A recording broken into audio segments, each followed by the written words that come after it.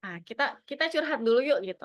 Kan biasanya tuh ya, kalau saya di mana-mana gitu, kalau orang tahu saya psikolog pasti bawaannya tuh pengen curhat. Nah, ini mumpung lagi free ya, disediakan sama teman-teman pembaca sejati, mending kita curcol aja nih malam ini ya, malam Minggu. Masya Allah banget loh malam Minggu udah. Nah, coba teman-teman yang lagi ada gadgetnya buka mentimeter.com, terus passwordnya 4220609. Ya mungkin admin boleh ini nggak bantu tulis di kolom chat passwordnya. Tulis mentimeter.com terus passwordnya 4220609. Oke. Kalau udah ada di chat saya ini ya mau share yang lain. Oke. Ini sekarang kelihatan ya mentinya.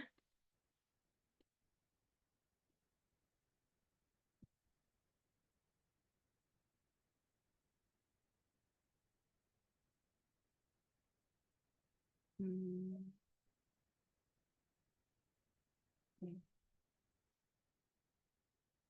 Nah, Iya, oke.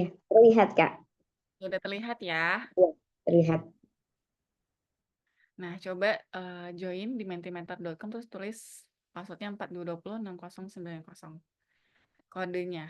Nah, terus nanti teman-teman jawab masalah terberat apa sih yang pernah teman-teman alami. Oke, dibandingkan dengan saudara, yaitu sedih banget ya, kayak dibanding-bandingin. Padahal kita dengan orang lain tuh pasti beda. Oke, ada lagi nggak?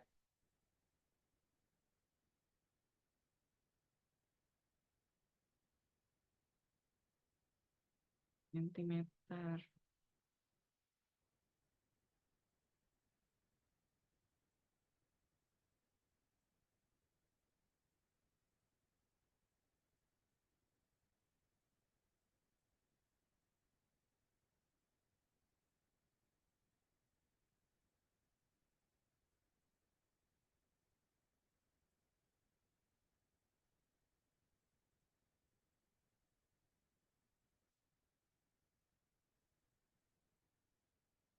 Nah, udah ditolak kerja. Nah, mungkin udah pengen banget ya kerja di situ, tapi ternyata ditolak. Tuh.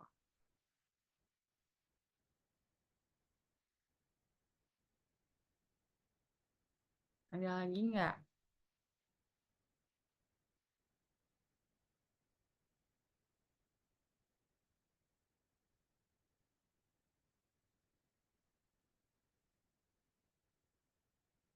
Tanpa meninggal dunia, oke.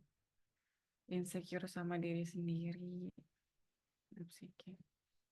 Ya, orang tua meninggal dunia itu juga saya setuju sih.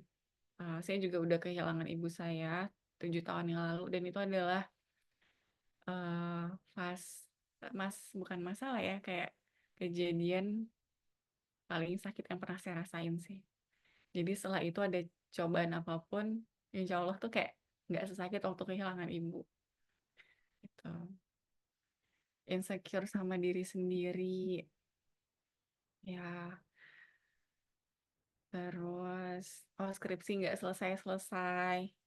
Oke, macam-macam ya masalah terberat yang pernah kita alami itu.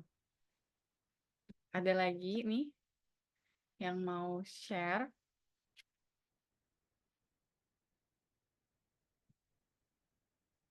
diabaikan. Hmm, masih jadi beban kedua orang tua. Iya.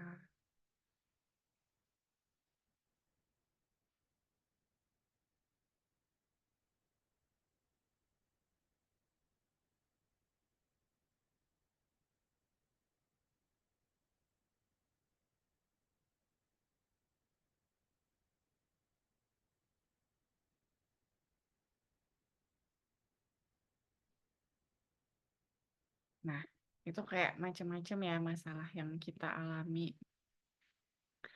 Oke, pengen naikin tinggi berat. Oh, TB, BB ini tinggi badan sama berat badan anak. Oke. Hmm. Oke, udah macam-macam ya, kurang lebih. Nah, kita balik lagi ke presentasi dulu.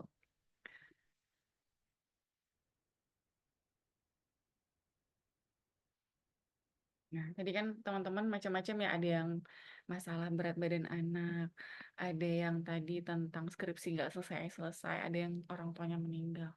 Nah, di situ kita bisa tahu bahwa masalah yang menurut kita kecil, belum tentu menurut orang lain juga kecil, ya kan? Bisa aja menurut orang lain itu adalah masalah berat buat dia. Dan sebaliknya, masalah yang menurut kita besar, belum tentu menurut kita besar gitu. Bisa aja orang lain menganggap itu masalah kecil. Tapi intinya itu bukan besar atau kecil ya masalah itu.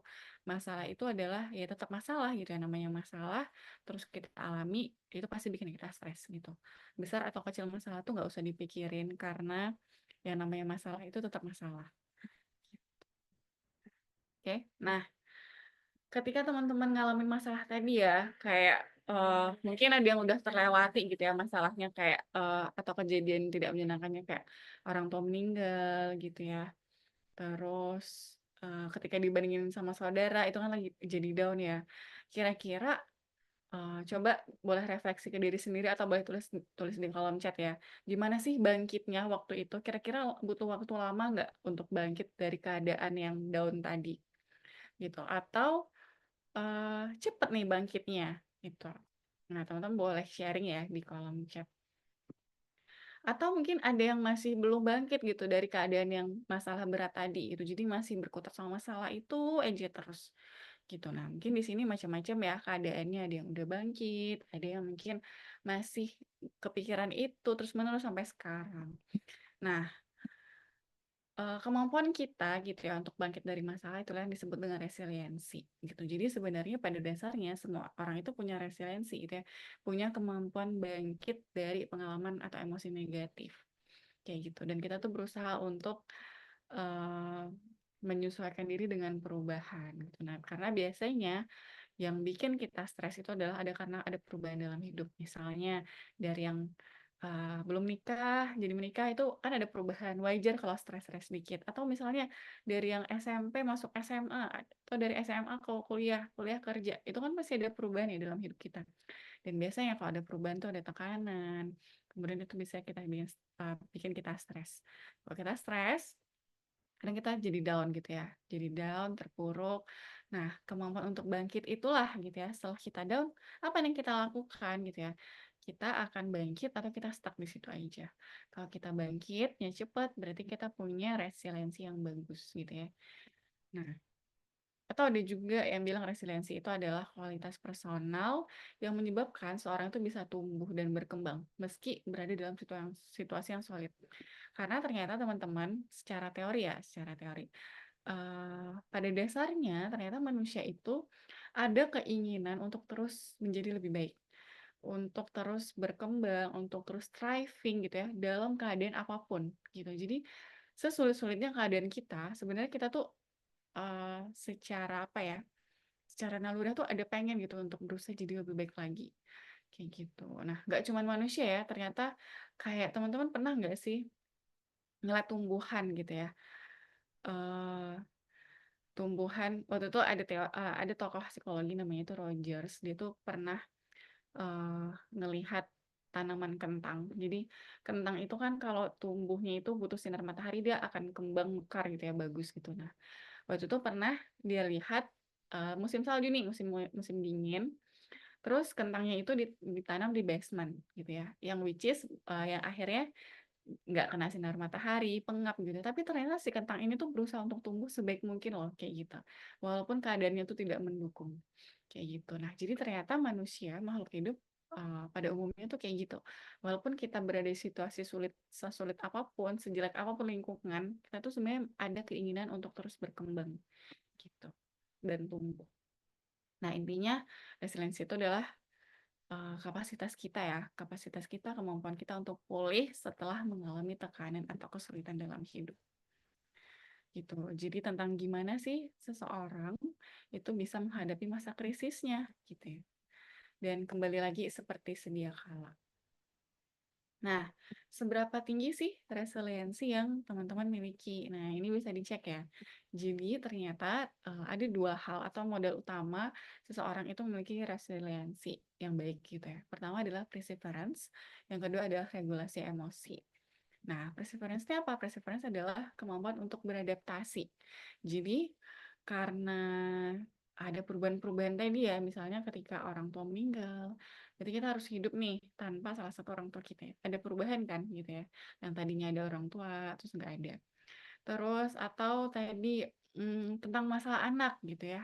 Harus beradaptasi gimana nih yang tadinya kita ngurus diri kita sendiri, terus kita harus juga nih ikut ngurus anak juga gitu ya.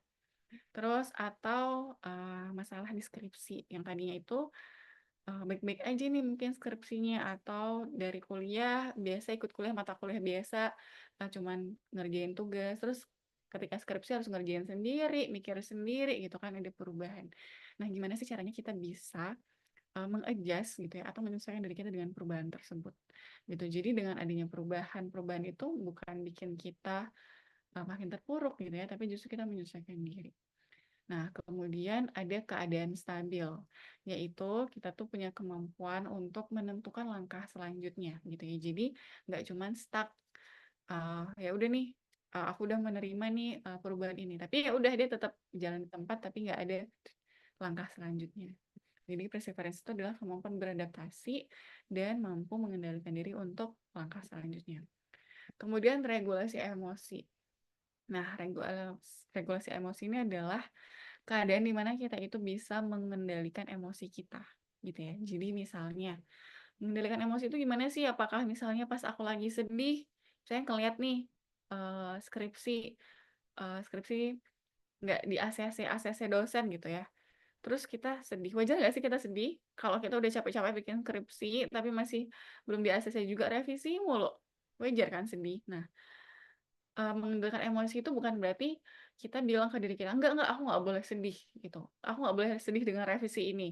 No, itu bukan mengendalikan emosi. Mengendalikan emosi adalah mengendalikan gimana cara kita mengekspresikan emosi tersebut gitu ya. Misalnya dia sedih karena tadi direvisi mulu. Oke, sedih itu nggak bisa kita ganti gitu loh. Kita itu nggak bisa menghalangi. Oh, kamu nggak mau sedih? Nggak bisa gitu. Sedih itu udah secara biologis tuh ya udah itu aja gitu yang kita rasakan ketika situasi tertentu. Sedih, oke. Terus gimana dong kendalinya di mana? Di bagian mengekspresikannya. Nah, ketika sedih, apakah kita akan menyakiti diri atau apakah kita akan curhat aja cukup atau apakah kita oh ya udah deh aku sholat aja kayak gitu ketika sedih atau berdoa aja atau main sama teman gitu. Nah, disitulah maksudnya mengendalikan emosi dalam diri kita. Jadi ketika kita merasakan berbagai macam emosi, gimana caranya kita untuk mengekspresikan itu secara adaptif atau secara positif. Kayak gitu, itulah disebut dengan mengontrol emosi. Jadi mengontrol emosi itu bukan berarti kita bisa ngendaliin, enggak hari ini aku nggak mau marah. Kalau diejek aku nggak mau marah, aku maunya seneng aja ketika diejek. Ya nggak bisa kayak gitu ya. Kita tuh wajar banget ketika ada yang nyakitin kita tuh marah ketika kita mengalami situasi yang tidak menyenangkan, kita sedih itu wajar banget gitu ya. Kemudian nggak cuman dia bisa mengendalikan emosinya, tapi dia juga bisa mampu fokus nih pikirannya. Jadi setelah merasakan emosinya, tadinya misalnya dia sedih nih, habis revisi, oke dia sedih, dia keluarin dulu sedihnya, dia curhat kek, atau dia jalan dulu sama teman-temannya, atau dia berdoa, atau dia meditasi, terserah. Habis itu udah lega sedihnya, kemudian dia tahu nih, oke habis ini aku harus ngapain gitu. Jadi dia fokus nih ke pemecahan masalahnya. Jadi nggak fokus ke, ya ampun dosen aku marahin aku, dosen aku marahin. Nggak itu mulu gitu ya. Tapi dia juga fokus, oke gimana nih caranya biar dosen aku nggak marah lagi. Gitu. Itu namanya kemampuan regulasi emosi. Jadi dua inilah yang membentuk resiliensi yang baik. Nah, jadi teman-teman coba lihat ke dirinya sendiri. Kalau di psikologi, kita tuh nyebut kepribadian itu adalah pola kepribadian. Pola, apa maksudnya pola? Dia akan sama terus gitu. Kalau pola kan eee, pattern gitu ya, eee, ya dia akan berulang terus-menerus. Jadi misalnya polanya tuh gimana sih, Mbak, gitu ya. Jadi ketika misalnya teman-teman, ketika ada masalah itu, nangis-nangis bombay dulu misalnya, atau misalnya ketika ada masalah lebih cenderung diam, atau ketika ada masalah itu cenderungnya, mmm, menghindar aja, "Ah, aku nggak mau mikirin." Nah, itu kan berarti cara teman-teman menghadapi masalah. Nah, yang disebut pola adalah teman-teman besok-besoknya, 5 tahun kemudian, 6 tahun kemudian, ketika ada masalah, pasti kemungkinan besar akan kayak gitu lagi cara penyelesaian masalahnya. Makanya kita sebutnya pola. Nah, jadi untuk melihat apakah resiliensi kita tuh bagus atau enggak, coba deh teman-teman lihat masalah terakhir aja deh yang pernah dihadapin. Yang lagi dihadapin gitu, masalah terakhir kali, kira-kira gimana cara penyelesaiannya. Gitu. Kalau misalnya kurang adaptif dirasanya, kayak berarti itu udah tipe problem solving kita nih. Berarti penyelesaian masalah kita udah seperti itu. Apakah bisa diubah? Bisa gitu ya. Jadi kalau kita sadar, oh kayaknya nggak baik deh kita ubah. Tapi kalau kita nggak sadar ya bakalan kayak gitu terus gitu cara penyelesaian masalahnya. Gitu ya. Nah, jadi apa yang dilakukan ketika kita mengalami masalah? Itu ya, pertama, melihat keadaan secara lebih lengkap gitu ya. Maksudnya gini, ketika kita ada masalah, rasanya tuh sumpek banget gak sih? Rasanya tuh kayak nggak ada jalan keluar. Karena kita dan masalah kita tuh terlalu dekat. Kalau kita dan masalah kita terlalu dekat, kita tuh nggak bisa ngelihat secara utuh. Contoh nih, ini tangan ya. Kalau saya lihat tangan saya terlalu dekat gini ya, sampai gini, saya nggak tahu kan ini tuh apa, gitu ya. Saya nggak tahu nih, karena deket banget. Tapi kalau saya agak jauhin, gitu ya, saya baru tahu, oh ini tangan ternyata, gitu ya, ini jari, gitu ya. Kalau misalnya handphone terlalu deket tuh kita nggak bisa ngelihat gitu ya. Tapi kita jauhin dulu. Nah, kayak gitulah helicopter view maksudnya. Jadi kita melihat masalah tuh secara dari jauh gitu ya. Nggak cuman, manfaatnya itu nggak cuman kita jadi bisa melihat masalah kita secara utuh, tapi kita juga jadi bisa melihat masalah kita tuh ternyata sebenarnya kecil ya gitu. Kecil banget sebenarnya. Jadi kita jadi nggak takut nih dengan masalah itu. Oke. Nah, gimana biar bisa melihat secara lengkap atau secara menyeluruh gitu ya, helicopter view, kita bisa nanya ke teman kita gitu ya. Karena teman itu atau orang lain tuh dia kan bukan yang punya masalah. Jadi akhirnya dia tuh bisa ngeliat dari perspektif lain. Kayak gitu. Jadi bisa bertukar pikiran. Kemudian ketika kita udah tahu nih masalah kita secara keseluruhan, itu tuh bisa bikin kita jadi memahami diri kita sendiri juga gitu ya. Jadi kita tahu, oh ternyata aku masalahnya ini gitu. Karena apa nih? Karena apa gitu. Kita tahu kan karena apa gitu. Akhirnya itu bikin kita bisa jadi untuk mencari tujuan hidup kita tuh sebenarnya apa sih gitu ya. Kita balik lagi nih, tujuan hidup kita apa, kita sesuaiin deh strategi kita untuk menyelesaikan masalah itu sesuai dengan tujuan hidup kita tadi. Kayak gitu. Kenapa sih menentukan tujuan hidup ini penting gitu ya, teman-teman? Anggaplah misalnya teman-teman itu, ini pada di mana sih rata-rata? Di Banjarnegara kah? Atau di mana gitu ya? Anggaplah misalnya di Jogja gitu ya. Kita lagi di Jogja. Kita punya tujuan nih, dari Jogja kita mau ke Jakarta. Gitu. Jelas ya tujuannya. Nah, ketika dari Jogja ke Jakarta, kan Jakarta tuh tujuan ya. Cara mencapai kan ada banyak. Bisa naik angkutan darat gitu, misalnya bisa naik kereta api, bisa naik bus, atau bisa naik pesawat. Cara mencapainya ada banyak. Kalau misalnya di tengah jalan ternyata ada masalah, misalnya naik kereta api, ternyata kereta apinya lagi mogok nih, terus dia berhenti di Bandung misalnya, belum nyampe Jakarta, masih di Bandung. Terus itu anggap itu masalah dalam hidup gitu ya. Kita harus nunggu dulu, kita harus ngapain dulu. Tapi kalau kita tahu kita tujuannya mau kemana, kita bisa kan nyari alternatif lain. Oh, berarti aku turun aja kali ya. Aku naik apa lagi habis ini? Naik bus mungkin bisa ya, naik damri mungkin bisa ya. Yang penting nyampe ke Jakarta kayak gitu. Itu kayak kalau kita punya tujuan hidup. Jadi ketika kita ada tujuan hidup, ketika kita ada masalah, kita tuh nggak terombang-ambing gitu. Kita tahu kita harus on track lagi tuh kemana. Gitu tujuannya tuh kemana. Gitu. Tapi kalau nggak ada tujuan, ya udah eh, kemana aja bisa kan gitu jadinya. Kayak muter-muter aja juga bisa, stuck di situ juga bisa gitu ya. Karena tadi nggak jelas tujuannya kemana. Nah, habis menyusun strategi sesuai dengan tujuan tadi, kemudian kita melakukan eksperimen. Melakukan eksperimen ini maksudnya gimana? Terkadang apa yang kita lakukan itu nggak semuanya berhasil ya kan. Jadi nggak apa-apa gitu. Kita coba langkah A, langkah B, langkah C gitu ya. Yang penting kita melakukan sesuatu gitu.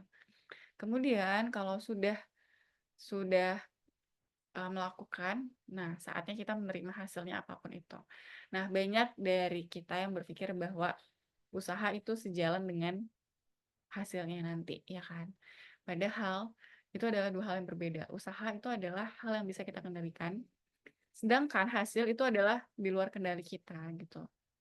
Jadi kadang itu yang bikin kita kecewa ketika hasil nggak sesuai dengan yang kita harapkan. Kita merasa kita udah misalnya belajar, kita tuh udah belajar serius banget, banyak banget, tapi ternyata hasilnya tidak sesuai ekspektasi kita gitu. Sebenarnya boleh aja kita itu punya ekspektasi, tapi kita harus sisihkan ruang sedikit di hati kita. Gimana kalau ternyata apa yang kita lakukan nanti ke depannya tidak sesuai dengan hasil atau ekspektasi kita. Kayak gitu. Menerima ini adalah bagian yang penting gitu ya ketika kita menghadapi masalah. Oke, nah ini ya. Jadi ketika kita melakukan eksperimen, ketika kita punya masalah, ada hal yang penting kita ingatnya itu ada hal yang bisa kita kendalikan, ada hal yang tidak bisa kita kendalikan. Terkadang ketika kita punya masalah, misalnya ditinggal orang tua, itu kan nggak bisa kita kendalikan ya gitu, kita nggak bisa menghidupkan orang tua kita lagi, kita nggak bisa mencegah itu terjadi gitu ya, itu tuh semua udah takdir. Takdir itu hal yang tidak bisa kita kendalikan, sehingga ketika kita menemui masalah dengan hal-hal yang sifatnya itu tidak bisa kita kendalikan, yang bisa kita lakukan adalah menerima kayak gitu.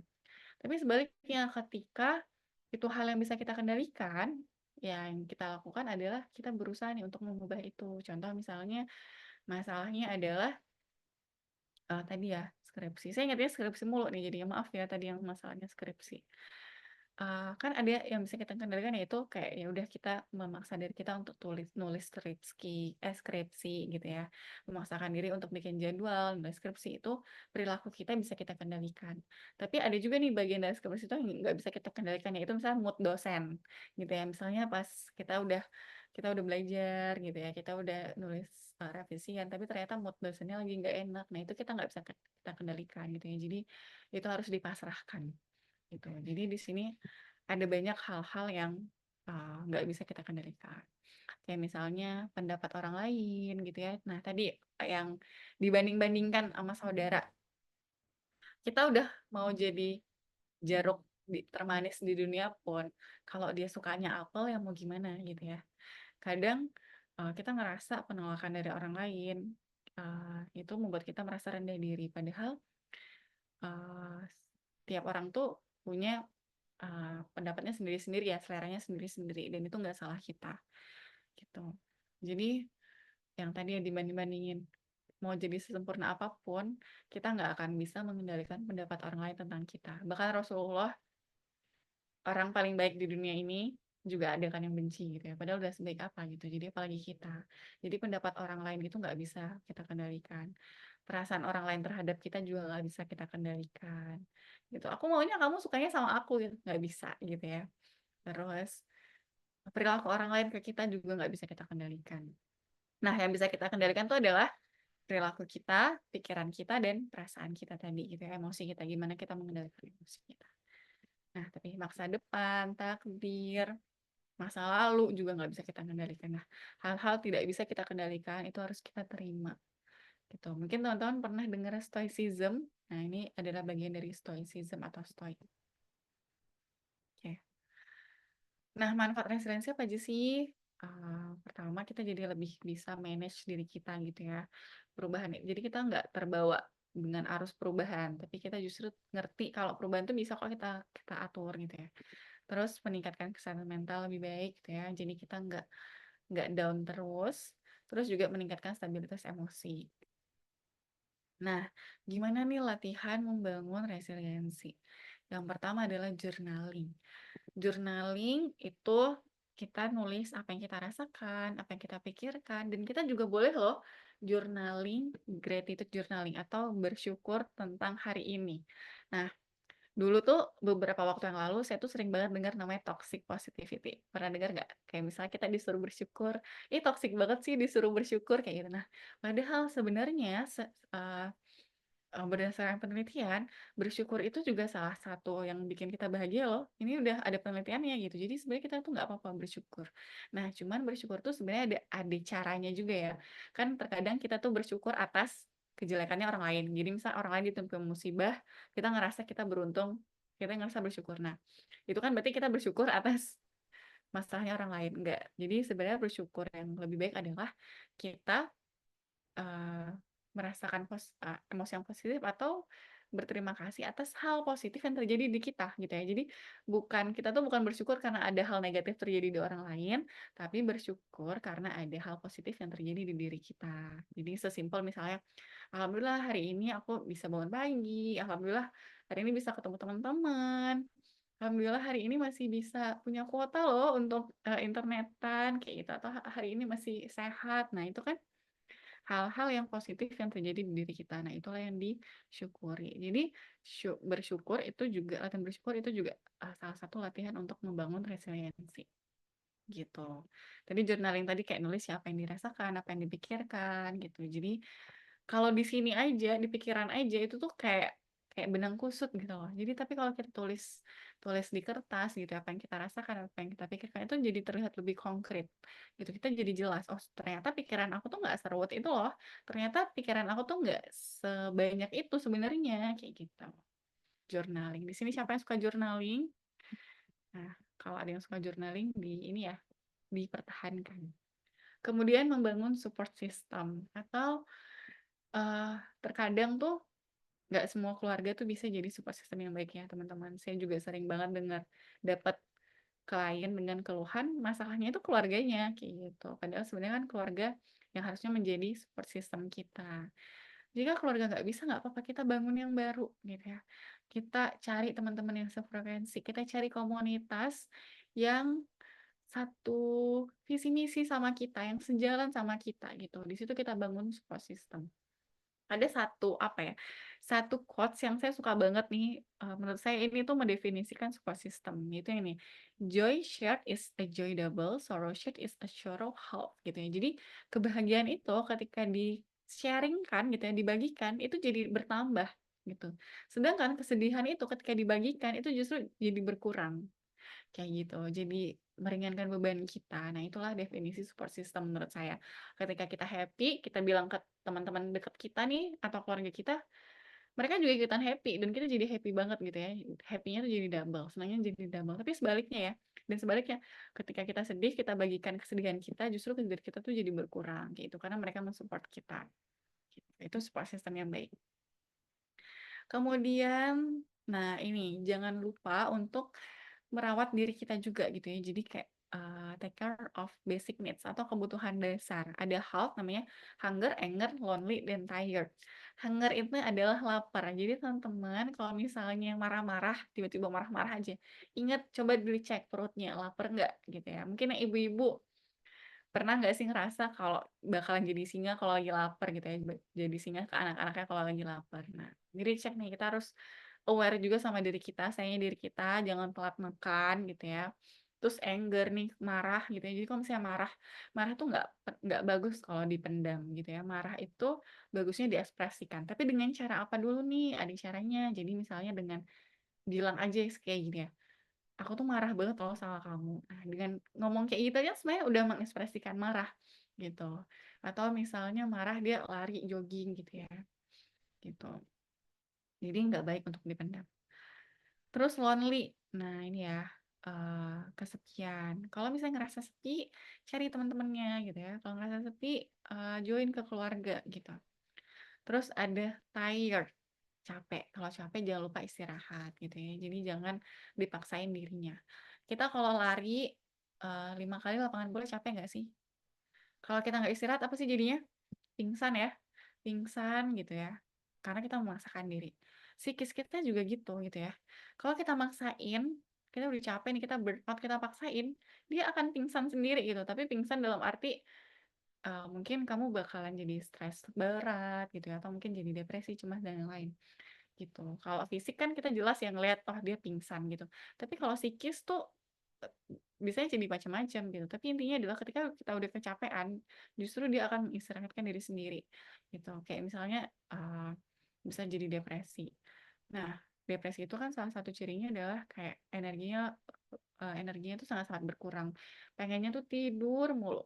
Nah, itu bisa jadi karena apa dia kecapean banget terus nggak istirahat gitu. Akhirnya tubuhnya mengistirahatkan dirinya sendiri. Kemudian notice your self talk gitu ya. Jadi kadang tuh kita menilai diri kita sendiri tuh negatif ya kan. Ih, aku tuh nggak pantas sih, aku tuh nggak becus gitu ya. Nah, coba uh, dilihat-lihat lagi gitu ya, jangan sampai kita menilai diri kita sendiri jelek gitu. Nah, jadi diubah kata-katanya. Oh, aku tuh nggak seburuk yang aku pikirkan kok gitu. Jadi latihannya adalah tulis setiap hari. Kalau misalnya ada yang punya masalah kayak gini ya, yang sering ngomongin hal-hal negatif tentang dirinya sendiri, latihan nulis hal-hal yang kamu sukai dari diri kamu setiap hari gitu. Atau bisa juga tanya ke orang-orang terdekat, apa sih yang kamu suka dari aku gitu, apa sih hal positif dari aku menurut kamu, kayak gitu. Itu bisa membangun image tentang diri kita, gambaran tentang diri kita menjadi lebih positif. Kemudian hidup dengan tujuan. Nah, ini tadi ya. Jadi kita harus tahu lagi nih, apa sih hal penting dalam hidup kita gitu ya. Apa sih tujuannya kita hidup di dunia ini tuh mau ngapain sih gitu. Kita kerja, kita kuliah, kita belajar, kita ikut ini, ikut itu. Sebenarnya tujuan akhirnya apa sih gitu ya. Apa sih yang mau kita cari? Apa sih yang kita suka gitu. Apakah dengan yang aku lakukan sekarang tuh udah bikin aku happy belum ya? Udah mencapai tujuan aku belum ya kira-kira ini gitu. Kemudian berteman dengan emosi. Nah, ini tadi ya, eh, berteman dengan emosi itu maksudnya kayak kita tuh menyadari apa sih yang kita rasakan saat ini gitu ya. Misalnya tiba-tiba kok aku lemes banget ya, kok tiba-tiba aku deg-degan ya. Oh, berarti ini namanya cemas. Kenapa ya aku cemas ya? Gitu. Aku tadi habis baca apa ya? Aku tadi habis ngobrol apa ya gitu. Apa yang habis aku pikirin ya? Kok aku cemas sih gitu. Jadi kita sadari nih apa sih emosi-emosi yang kita rasakan gitu. Atau misalnya sedih kok tiba-tiba aku sedih sih gitu ya. Jadi aku habis mikirin apa, tadi aku habis lihat apa gitu. Jadi disadarin. Jadi hidup ini nggak autopilot gitu ya. Autopilot nggak kayak yang pernah nggak sih naik motor gitu atau naik mobil dari rumah ke kantor atau ke kampus. Ya udah tiba-tiba nyampe aja gitu. Nah, tanpa kita sadari kita lewat mana aja tadi. Nah, itu namanya autopilot. Biasanya bengong gitu kan di jalan, udah nyampe aja gitu. Dan selamat lagi, alhamdulillah. Itu tuh namanya autopilot. Nah, kebalikan dari autopilot adalah hidup dengan mindful. Jadi menyadari apa yang lagi aku lakukan sekarang gitu ya. Gimana nih aroma di sekitar kita gitu. Jadi kayak kita benar-benar mindful banget, menyadari banget apa yang kita kerjakan saat ini gitu. Jadi nggak cuman tubuhnya aja di sini, tapi pikirannya juga. Kemudian mengatur impulsivitas. Jadi impulsif itu adalah kayak kita tuh lebih mengedepankan emosi kita dibanding dengan logika kita gitu. Jadi kayak tiap bentar tiba-tiba check out Shopee aja gitu ya.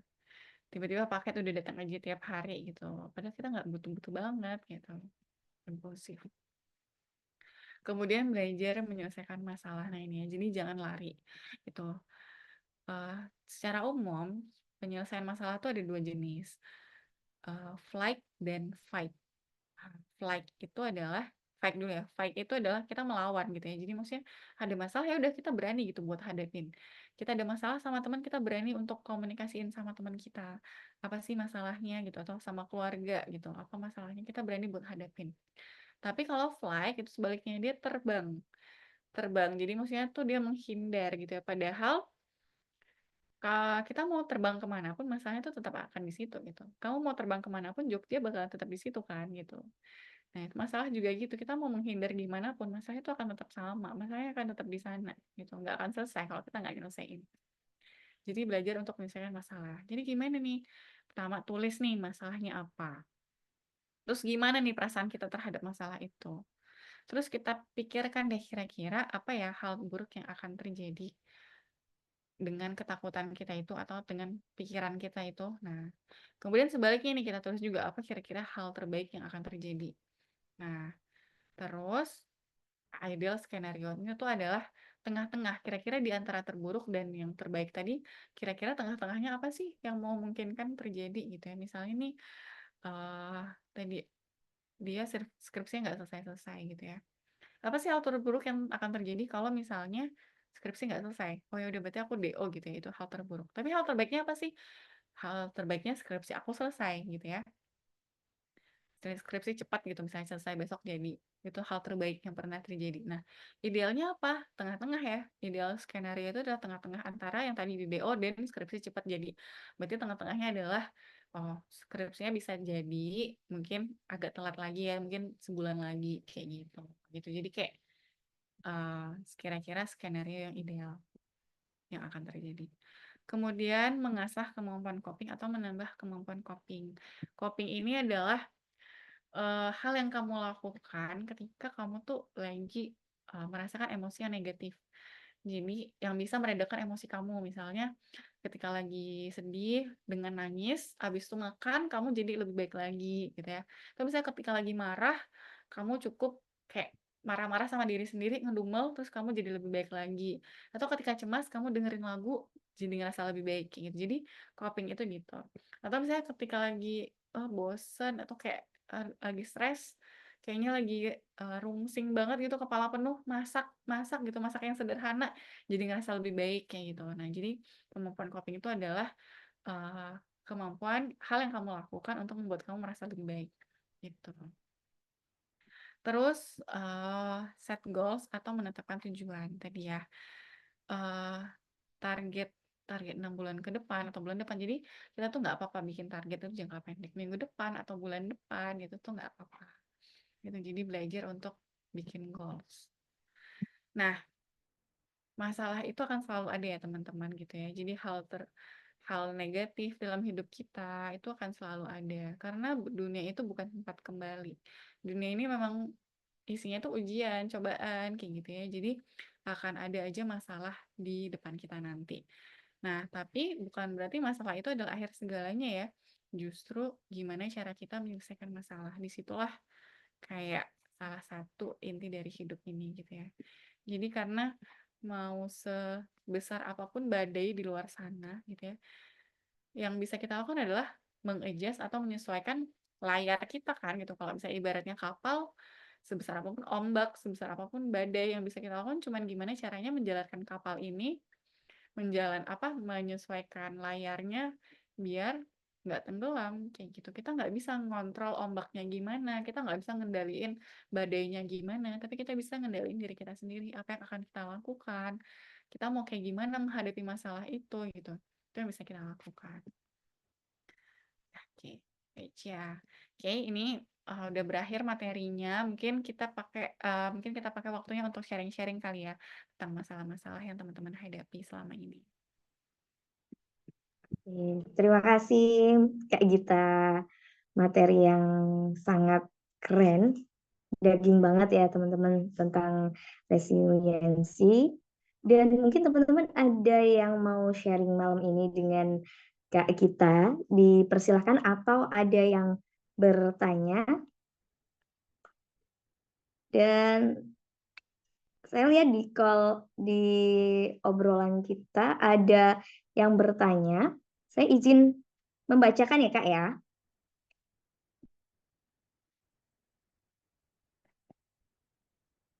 Assalamualaikum Kak, perkenalkan nama saya Zahra. Izin bertanya bagaimana jika kita bertindak seperti memberi jarak terhadap beberapa orang dalam keluarga dengan alasan kita tidak ingin dibuat mati-matian mentalnya. Lalu apakah tindakan saya ini salah dan apa yang harus saya lakukan tanpa menyakiti perasaan mereka? Karena bagi saya sendiri memang sangat sulit untuk melupakan beberapa luka yang pernah saya alami. Sekian, terima kasih. Wassalamualaikum warahmatullahi wabarakatuh. Ya, Ini langsung dijawab aja. ya, silakan langsung dijawab Kak. Ini pertanyaan dari Kak Ramadhani Zahra. Makasih Zara, pertanyaannya bagus banget ya. Kalau anak zaman sekarang mungkin bilangnya cut off ya. Pernah dengar nggak teman-teman cut off? Jadi kalau misalnya ada orang yang tidak membuat kita nggak happy, membuat kita down gitu, membuat kita rendah diri, terus kita jaga jarak. Nah, walaupun keluarga gitu ya, nggak apa-apa gitu ya, jaga jarak. Jaga jarak tuh gimana sih artinya gitu? Apakah kita benar-benar cuek? Apakah ketika dia nyapa kita diem aja gitu ya? Nah, nggak gitu ya. Jadi gini, kalian bayangkan, teman-teman bayangkan diri teman-teman gitu ya. Bayangkan diri teman-teman, terus bayangkan kita bikin lingkaran di luar diri kita gitu, sehingga kita berada di tengah lingkaran. Oke? Bayangkan ya, ada lingkaran pertama. Terus kita bikin lagi lingkaran di luarnya, sehingga ada lingkaran kedua. Ya kan? Kebayang ya? Jadi ini diri kita, terus ada lingkaran, terus kita bikin lagi lingkaran kedua, lebih besar lagi berarti lingkarannya kan.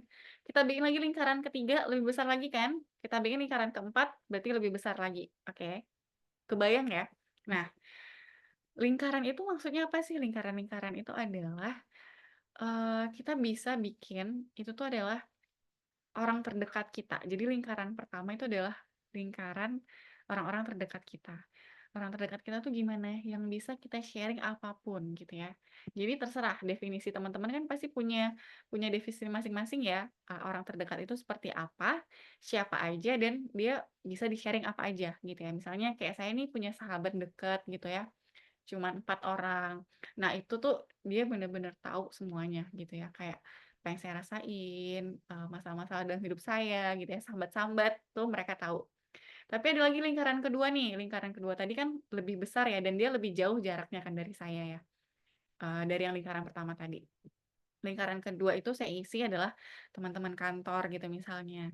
Mereka nggak perlu tahu apa yang saya rasain gitu ya, tapi mereka cukup tahu tentang misalnya kegiatan saya, tetap berteman, tapi saya nggak nyeritain masalah kayak gitu. Terus ada lagi lingkaran ketiga lebih luas lagi, oh ini mungkin teman kantor yang jarang ketemu gitu. Dia cukup tahu nama saya aja gitu. Dia nggak perlu tahu rumah saya di mana, kayak gitu, saya anak keberapa, kayak gitu-gitu. Jadi kita tuh boleh banget bikin lingkaran-lingkaran di dalam hidup kita. Dan kita isi lingkaran-lingkaran itu dengan dari orang yang paling dekat sampai yang paling jauh. Dan kita definisiin juga gitu ya. Orang yang paling dekat ini dia tahu tentang kita tuh seberapa dalam sih gitu ya. Terus yang kedua itu seberapa jauh dan seterusnya. Nah, tadi misalnya Mbak Zahra bilang ada keluarga yang bikin mental kita tuh nggak baik gitu ya. Oke, boleh banget gitu. Misalnya ditaruh dia itu di lingkaran keberapa kayak gitu ya. Jadi misalnya di lingkaran ketiga gitu ya. Nah, berarti di lingkaran ketiga ini orang-orang tuh cukup tahu kita seberapa seberapa seberapa jauh sih ibarat kalau misalnya kita tuh bawang gitu kan, bawang tuh ada lapisan-lapisan gitu ya. Nah, kayak gitu gitu. Jadi mereka cukup tahu kita tentang kita tuh apa aja. Itu nggak apa-apa. Nah, kemudian apakah kita harus tadi ya kayak misalnya cuek? Enggak gitu ya. Kita tetap berteman, kita tetap biasa silaturahmi. Kalau misalnya basa-basi ya tetap basa-basi aja. Misalnya kita lagi makan tetap tawarin, tapi kayak tadi dia nggak perlu tahu hal-hal terlalu jauh tentang diri kita. Nah, itulah maksudnya kita tuh meng-cut off atau memfilter orang-orang di dekat kita. Nah, gimana tuh biar dia itu nggak sakit hati gitu ya. Nah, kita tuh bisa ada namanya komunikasi asertif. Namanya tuh I statement. Jadi, ketika kita misalnya nggak berkenan gitu ya dengan sesuatu, gimana sih cara kita menyampaikannya? Nah, kita bisa bilang kayak gini. eh saya misalnya kita dikomentarin negatif gitu ya. Atau misalnya ini nih yang sering misalnya ditanya kapan nikah gitu. Mungkin kita nggak berkenan gitu ya. Kita bisa bilang gini. Saya tuh kurang nyaman kalau ditanya kapan nikah, karena kan itu jawabannya cuma Allah yang tahu. Jadi saya pengennya nggak ditanya lagi ya tentang itu, kayak gitu. Jadi di I statement itu nih saya tulis rumusnya ya. Jadi rumusnya adalah I feel when you want you to. Gitu. Jadi apa yang kita rasakan gitu. Tadi saya bilang saya nggak nyaman. Ketika apa? Ketika kamu nanya tentang nikah-nikah kayak gitu. Nah, aku pengen kamu nggak nanya lagi tentang itu. Kayak gitu. Jadi I statement ini fokusnya ke perasaan kita, terus ketika apa gitu ya, apa yang menyebabkan perasaan kita seperti itu, jadi spesifik nih perilakunya gitu ya. Jadi bukan bukan menyerang personal kepribadian orang. Jadi kan kadang kita bisa aja tuh kadang kalau lagi marah, ya aku sebel banget sih sama kamu soalnya kamu tuh pembohong gitu. Nah, kalau misalnya kamu tuh nyebelin, nyebelin tuh kan luas banget ya gitu. Padahal sebenarnya mungkin kita nggak suka aja dia tadi nanya hal-hal yang kita nggak suka gitu atau mungkin dia ngelakuin sesuatu yang kita nggak suka. Jadi perilaku tuh spesifik disebutin kenapanya gitu, apanya gitu yang kita nggak suka. Jadi orang-orang nggak merasa kita menyerang dia secara keseluruhan pribadinya dia kayak gitu lah. Terus kita sebutin juga kita pengennya gimana ke depannya gitu. Oke, semoga menjawab ya Mbak Zahra. Kalau misalnya belum menjawab boleh ditanya lagi. Iya, sama-sama. Oh, ini bilang makasih, Dedi. Iya. Terima kasih Kak Gita atas jawabannya. Dan selanjutnya Teman-teman semangat dong, ini malam minggu kok Iya, padahal mau minggu. pada kepikiran mau malam minggu kah apa gimana? Masya Allah banget loh malam minggu nyempetin buat belajar. Iya, keren, keren berarti teman-teman ini. Oke, teman-teman ada lagi yang mau sharing dengan Kak Gita? Oke, ada lagi pertanyaan Kak dari Erlina. Apakah semua yang kita kurang suka harus dikatakan? Kalau punya teman tapi suka berbohong, apakah itu perlu kita jauhi dan selalu menyakiti kita? Padahal secara penampilan fisiknya seperti baik, tapi perilakunya sangat buruk. Bagaimana ciri perempuan yang baik, Kak? Ada 3 pertanyaan, Kak, dari Kak Erlina. Oke. Silahkan boleh dijawab lebih dulu, Kak. Ya Allah, makasih ya Rena pertanyaannya. Pertanyaan terakhir agak susah kayaknya. Oke, pertama, apakah semua yang kita kurang suka itu harus dikatakan? Nah, ini balik lagi ke kamu, Erlina. Ketika kamu pendem, apakah itu bisa berlalu gitu aja? Gitu ya. Misalnya nih, eh, kayak misalnya saya diserobot nih antriannya.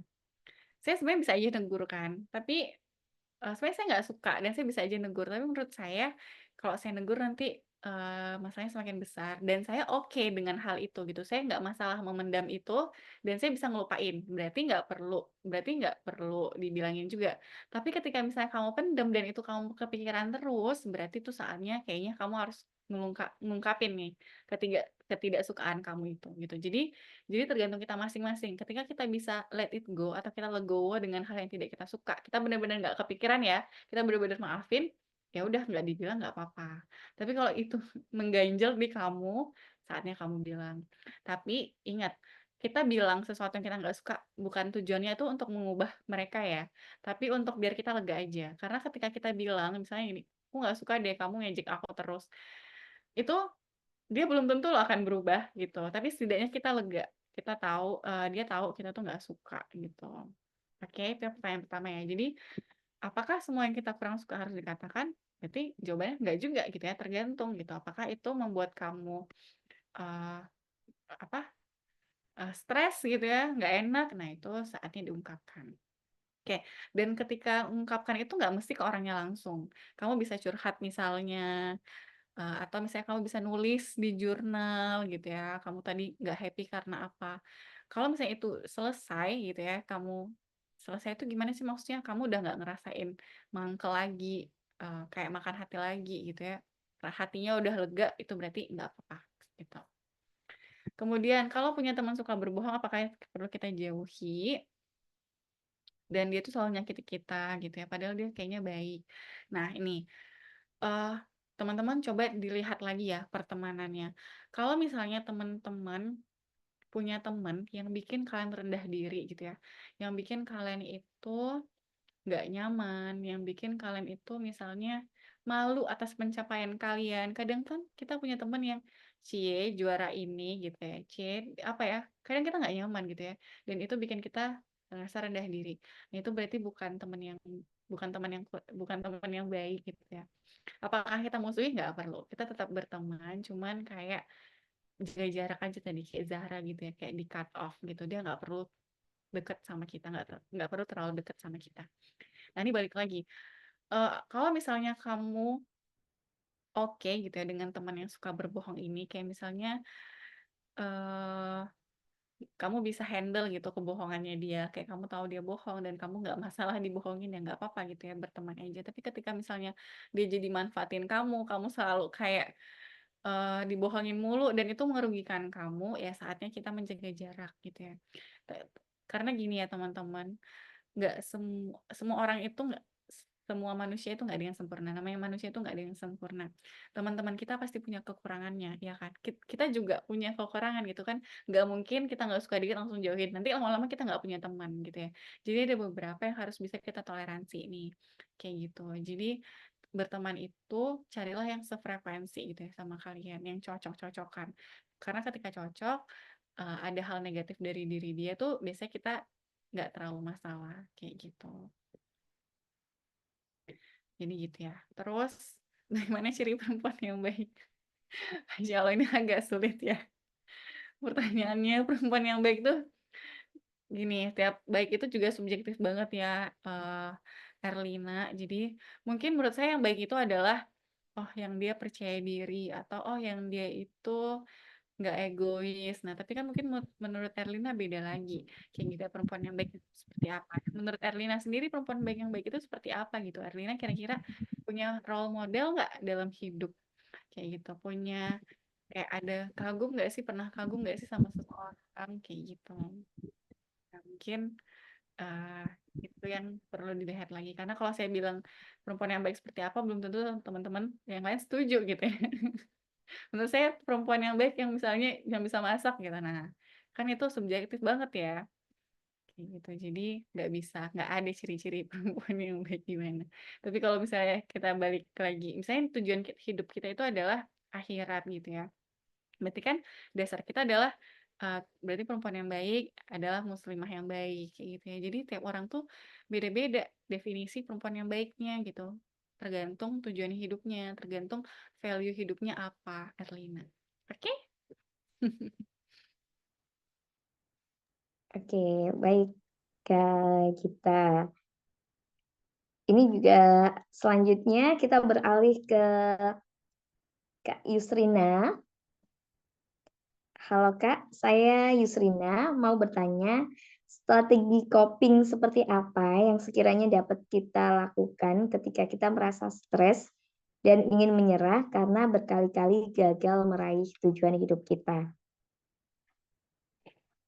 Oke. Nah, Miss Tiana, tujuan hidup itu kan sebenarnya gini ya. Tujuan hidup tuh bukan sesuatu yang dicapai terus selesai gitu. Harusnya sih tujuan hidup tuh kayak jangka panjang dan terus menerus gitu. Nah, coba kamu evaluasi lagi sebenarnya tujuan hidup kamu tuh kayak gimana gitu. Eh, Tujuan hidup tuh bukan sesuatu yang konkret ya. Misalnya kayak, oh aku pengen punya rumah. Itu bukan tujuan hidup gitu. Tujuan hidup tuh sesuatu yang abstrak. Kayak misalnya kamu balik lagi gitu, kayak mau bertanya kenapa sih kamu pengen punya rumah? Oh, kamu mungkin alasannya adalah aku tuh pengen hidup mandiri Kak. Oke, berarti eh, sebenarnya tujuan hidup kamu adalah kamu ingin menjadi pribadi yang mandiri kayak gitu, bukan punya rumahnya kayak gitu. Jadi kita evaluasi lagi nih, ini yang pertama gitu. Nah, kenapa harus abstrak gitu ya? Kenapa nggak konkret kan? Nah, ini tadi karena kalau misalnya tujuan hidup kita tuh konkret, ketika kita nggak mencapai itu gitu ya, kita bisa stres gitu, kita bisa ngerasa gagal. Kayak tadi misalnya tujuan hidup aku adalah aku ingin punya rumah. Padahal sebenarnya tujuan hidupnya adalah independen kayak gitu. Nah, mencapai independen itu kan nggak mesti punya rumah gitu. Dengan kamu bisa membuat keputusan sendiri gitu ya, itu kan sebenarnya udah mencapai juga gitu tujuan hidup gitu, salah satu tujuan hidup. Nah, mungkin dievaluasi lagi tujuan hidup kamu tuh sebenarnya apa, kayak gitu. Gitu sih. Nah, kalau misalnya kayaknya ingin menyerah gitu ya rasanya udah berkali-kali mencoba.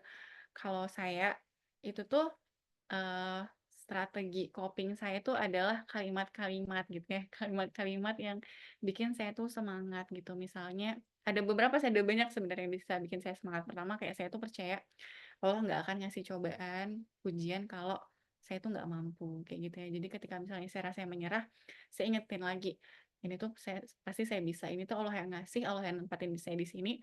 Pasti Allah juga yang akan bantu kayak gitu. Terus yang kedua juga saya punya prinsip juga kalau saya udah nyoba berkali-kali nggak bisa gitu ya, saya udah ikhtiar pol-polan ternyata hasilnya tuh nggak bisa, itu berarti saatnya ini tuh nggak bisa diubah, berarti ini bisanya diterima kayak gitu. Kadang nggak semua hal itu harus diubah gitu, kadang beberapa hal itu cukup dengan kita terima aja kayak gitu. Nah, coba kamu eh, cari lagi apa sih yang sebelum-sebelumnya itu membuat kamu semangat gitu. Kamu nggak perlu gali dari orang lain, kamu cukup gali dari diri kamu sendiri. Pasti kamu mengalami masalah itu nggak sekali ini kan, dulu-dulu pasti pernah kan dulu. Coba kamu ingat-ingat lagi sebelumnya, pernah nggak kamu mengalami masalah terus kamu bisa nyelesain. Nah, kalau ingat-ingat lagi waktu itu cara nyelesainnya gimana kayak gitu. Oke. Oke, oke Kak Gita. Oke, Kak Ita, ini ada pertanyaan dari WhatsApp, saya bacakan juga ya.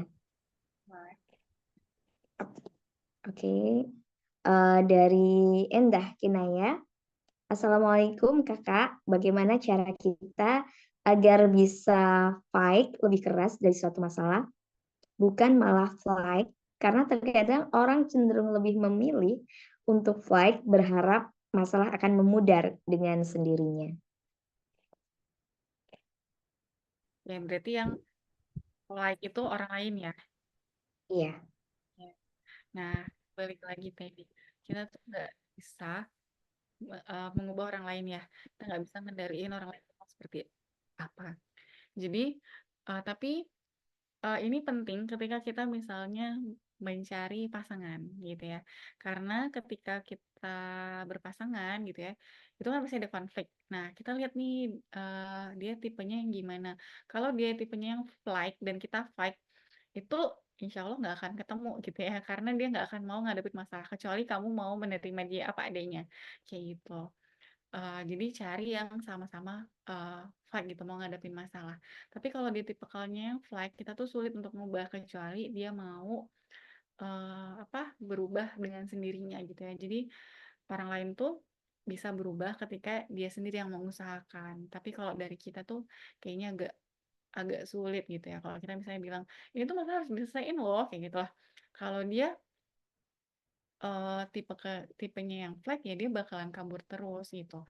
Tapi kalau misalnya dia orang deket kamu gitu ya, dan dia masih mau dengerin, nah mungkin yang bisa kamu lakukan adalah ngasih tahu aja gitu. Kayak ngasih tahu kalau kamu lari terus, masalah kamu nggak selesai loh. Kalau misalnya kamu butuh teman untuk bantu masalah ini selesai, kasih tahu ya gitu. Jadi kita cuman ngasih tahu aja ketika dia butuh bantuan kita untuk nyelesain masalah ini, sama-sama hadapin masalah ini, kita available loh buat dia. Kayak gitu cukup sampai situ aja. Karena kita nggak akan bisa maksain dia gitu untuk ngadepin masalahnya. Gitu. oke. Nampaknya ini semakin malam semakin ramai pertanyaannya, Kak. Tapi karena waktu kita sudah malam, kita buka dua penanya lagi ya, Kak. Boleh. Oke, jadi untuk penanya selanjutnya, ini dari Farida. Ini pertanyaan tentang demam panggung. Bagaimana supaya tidak demam panggung dan dapat tampil di hadapan 400 orang? Masya Allah. Eh, Jadi kalau kita nervous itu wajar banget ya Farida gitu. Jadi bedanya nervous sama cemas itu apa? Kalau nervous itu adalah hal yang wajar gitu ya. Kayak kita tuh deg-degan tapi kita masih bisa tampil. Tapi kalau cemas itu kita sama sekali kita jadi mundur gitu. Kita jadi nggak mau tampil. Nah itu. Semoga kamu nggak ini ya, bukan cemas ya, tapi nervous aja nih gitu ya, kayak deg-degan aja. Caranya gimana? Nah, caranya adalah dengan cara latihan gitu ya. Jadi latihan terus-menerus eh kayak gladi bersih gitu ya. Gladi bersih itu latihan. Misalnya kamu mau jadi pembicara atau nari, kamu latihan aja dulu gitu ya. Terus kemudian kamu refleksi nih, apa sih yang bikin kamu itu deg-degan gitu. Pasti ada yang dipikirin kan gitu. Misalnya, iya aku takut salah. Atau, ih gimana nanti kalau ada yang ngetawain aku ya. Gimana nanti kalau misalnya. Nah, itu kan pikiran-pikiran yang bikin kita takut ya kan. Yang bikin kita demam panggung. Nah, pikiran itu kita jawab sendiri gitu. Jadi misalnya, gimana ya nanti kalau aku salah. Terus kita jawab, kira-kira kamu kalau misalnya salah nanti gimana? Oh berarti aku harus banyak latihan gitu ya. Terus aku udah latihan selama ini aku latihan alhamdulillah nggak ada salah kok gitu. Berarti insya Allah nanti di panggung nggak salah kayak gitu misalnya. Atau misalnya kalau bener-bener salah nanti gimana ya? Oh ya udah aku jujur aja gitu ya. Misalnya dia speech gitu ya pidato.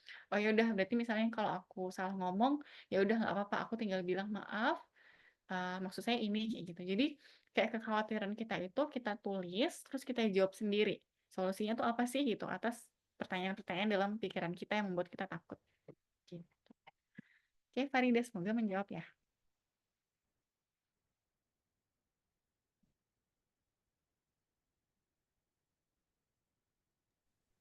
Baik, Kak Gita. Oh, satu penanya lagi ya, Kak. Safira Tri Ambarwati. Selamat malam, Kak. Saya Safira. mau bertanya sekaligus sharing. Saya merasa pengendalian emosi saya sudah sedikit membaik. Dalam artian, saya sudah tidak mudah marah atau tersinggung. Kemudian ketika sedih, saya juga bisa lebih mudah bangkit dan kembali bahagia. Tapi yang menjadi pertanyaan dan membuat saya ragu adalah, apakah hal itu baik bagi mental saya? Karena saya merasa hidup saya jadi flat, Kak. Tidak pernah terlalu marah, tidak pernah terlalu bahagia, tidak pernah terlalu sedih. Semuanya berlalu gitu aja, Kak. Atau jangan-jangan itu mencirikan mental saya yang sedang tidak baik-baik saja karena tidak bisa mengekspresikan emosi dan bisa dengan cepat switch dari satu emosi ke emosi lain. Oke. Nah, kalau dari pertanyaan kamu aja sih, nggak ada gangguan ya gitu. Jadi, emosi itu sifatnya adalah sementara dan berulang gitu ya.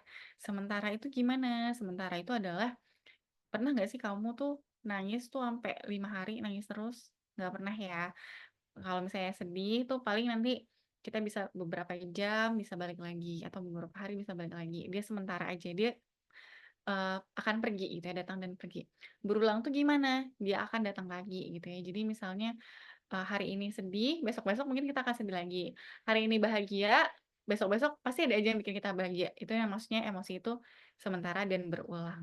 Nah, apakah bagus gitu ya kalau saya tuh bisa switch gitu dengan cepat? Justru itu bagus gitu ya. Jadi, dikatakan gangguan ketika kamu tuh justru nggak bisa switch gitu. Kalau misalnya depresi nih ya, depresi itu kan sedih terus-menerus nih.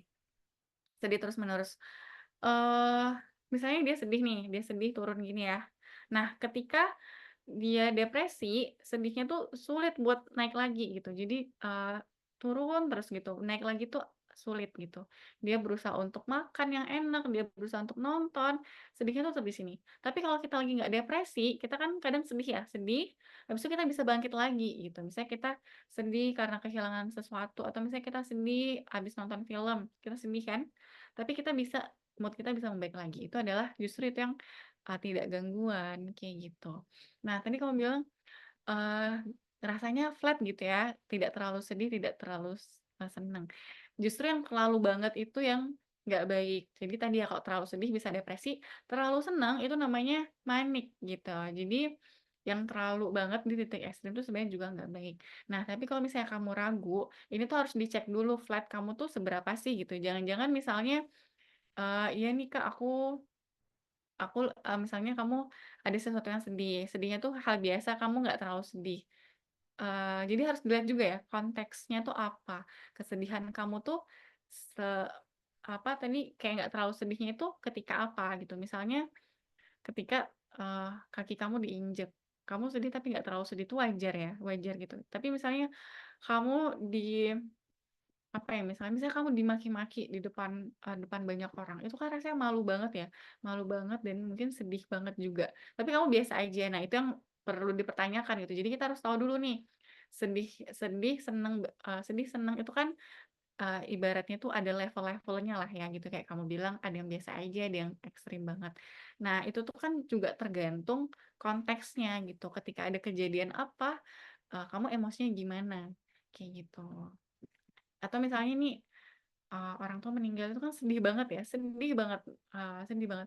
Kalau kamu nggak bisa ngerasain sesedih itu, nah itu baru dipertanyakan gitu, atau mungkin malah dia ketawa gitu, kejadiannya, menyedihkan tapi kamu ketawa, itu justru aneh gitu. Tapi misalnya kan ada juga nih, orang tuanya meninggal dan dia nggak nangis. Nah, nggak nangis itu bukan berarti nggak sedih ya, gitu. Jadi perasaan, yang di dalam ini tuh kadang beda mengekspresikannya. Nah itu beda lagi gitu. Jadi kalau, dari pertanyaan kamu kan sebenarnya apakah switch dari emosi ke emosi lain itu secara cepat tuh baik-baik aja, itu baik-baik aja, kayak gitu. Justru yang nggak bisa switch itu yang gangguan, gitu. Oke. Oke, baik Kak. Karena keterbatasan waktu kita malam hari ini dan tidak terasa ini sudah jam 9 lebih. Jadi kita terpaksa untuk akhiri sesi malam ini ya Kak ya. Dan kita ucapkan terima kasih untuk Kak Gita sudah berkenan sharing ilmunya ke kita, sehingga kita memperoleh banyak sekali ilmu malam hari ini dan quote yang bikin kita semakin semangat untuk menjalankan hidup kita. Terima kasih untuk waktunya Kak Gita. Sama-sama, sama-sama Mbak Zui, sama-sama teman-teman dari Pembelajar semuanya. Terima kasih ya udah mau ngeluangin waktunya untuk sharing-sharing kali ini. Kalau kurang saya mohon maaf. Wassalamualaikum warahmatullahi wabarakatuh. Waalaikumsalam warahmatullahi wabarakatuh. Oke, baik teman-teman, dan malam hari ini dari komunitas pembelajar sejati juga akan membagikan giveaway untuk teman-teman yang bertanya 4 penanya awal. Jadi kita ucapkan selamat untuk Kak Endah, kemudian Kak Ramadhani, Kak Safira, dan Kak Yusrina.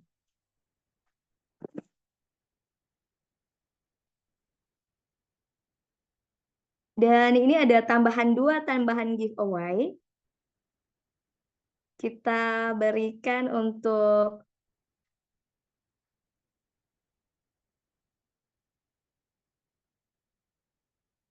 Kak Erlina dan Kak Farida. Oke. Baik, teman-teman, dan kita ucapkan selamat yang memperoleh giveaway pada malam hari ini. Dan silakan nanti bisa menghubungi panitia di grup Pembelajar Sejati.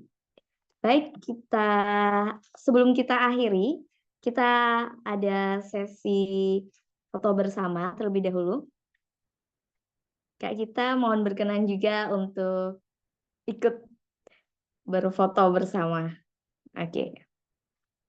Dan kepada teman-teman silahkan boleh open videonya. Ya.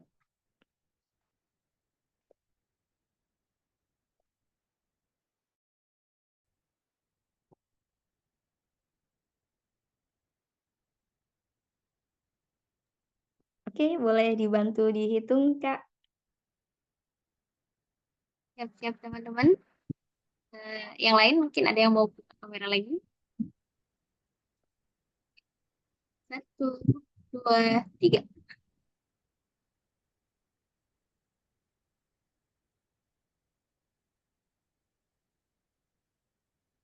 Sekali lagi.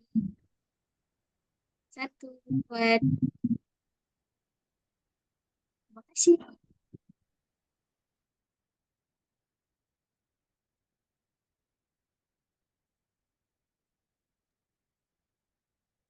Sudah Kak izin. Oke, baik, terima kasih, Kak.